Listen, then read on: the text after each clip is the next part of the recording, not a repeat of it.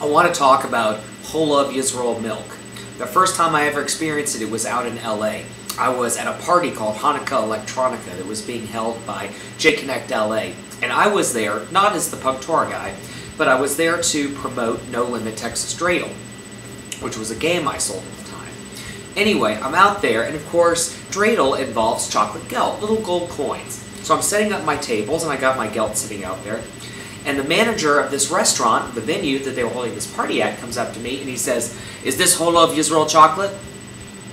And I was like, "Well, it's OU, it's totally kosher, it comes from a Judaica company." No. OU not good enough, Cholov Yisroel. Prove to me this is Cholov Yisroel. And I was thinking about it, and I was like, well, we knew that the party was being held at this place. I know it's kosher dairy chocolate. It's fine. So I said to the guy, look, it's kosher, it's fine, you have my word on it. I was wearing long sleeves and I had my kippah on. I figured, okay, I'm passing the test here. And he was like, all right, but it's your soul that will burn in hell if it's not Cholov Yisroel. And I was like, you're talking about my soul burning in hell? It's Hanukkah, dude. We're having a party. Chill. Anyway, I set everything up. The rabbi who's leading the event comes up to me and he says, I heard that this chocolate isn't Cholov Yisroel.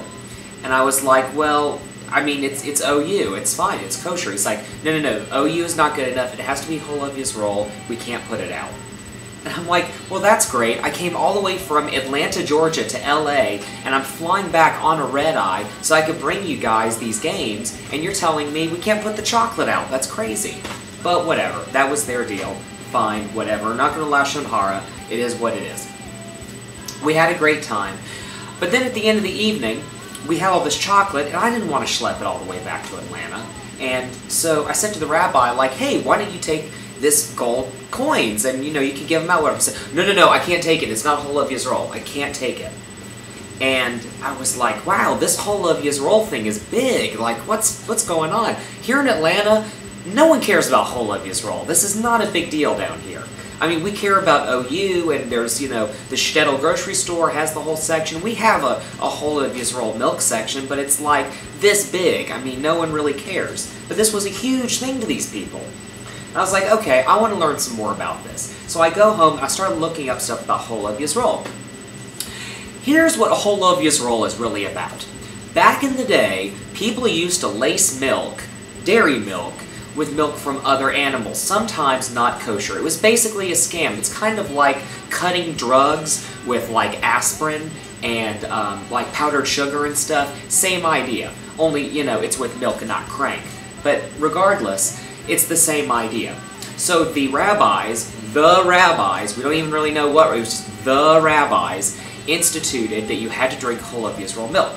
Now, fast forward to today, we have the FDA, and we have the Department of Agriculture, we have all these people who are in charge of making sure that milk is milk. In addition to that, we have the nice people at OU and all these other places who are like, okay, it's not camel milk, it's cow's milk, it's cool, no problemo, totally kosher. But people still hang on to this Cholov Yisroel thing. The only thing that makes Cholov Yisroel is the fact that a Jewish person watched the whole process. That's interesting to me. You could be a Catholic milking the cow. You could be a Muslim, selling the milk. You could be anything. But as long as you've got a Jewish name on that deed for, the dairy company, oh, it's totally fine. It's totally okay. There's something weirdly ethnocentric and kind of bothersome to me about that. Anyway, I want to throw this idea out to you. Do you think that Cholov Yisroel is important? Maybe I'm missing the mark. I don't do Cholov Yisroel.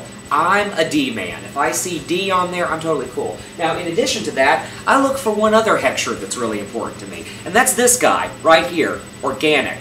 And from farmers. Directly from the farmers. That's good stuff. I got this from the farmer's market. You know what? It tastes good. And you know what? I paid a little more for it, but I know there's no pig blood in here, and I know there's also no hormones. It's not homogenized. It's grass-fed cows that are probably giving back massages every day. So you know what? Baruch Hashem to that. But maybe I'm mistaken. Maybe Cholov Yisroel is where it's at. So you let me know. Send me an email, Patrick, at punktorah.org. You can tell me my soul's going to go to hell, whatever you're into.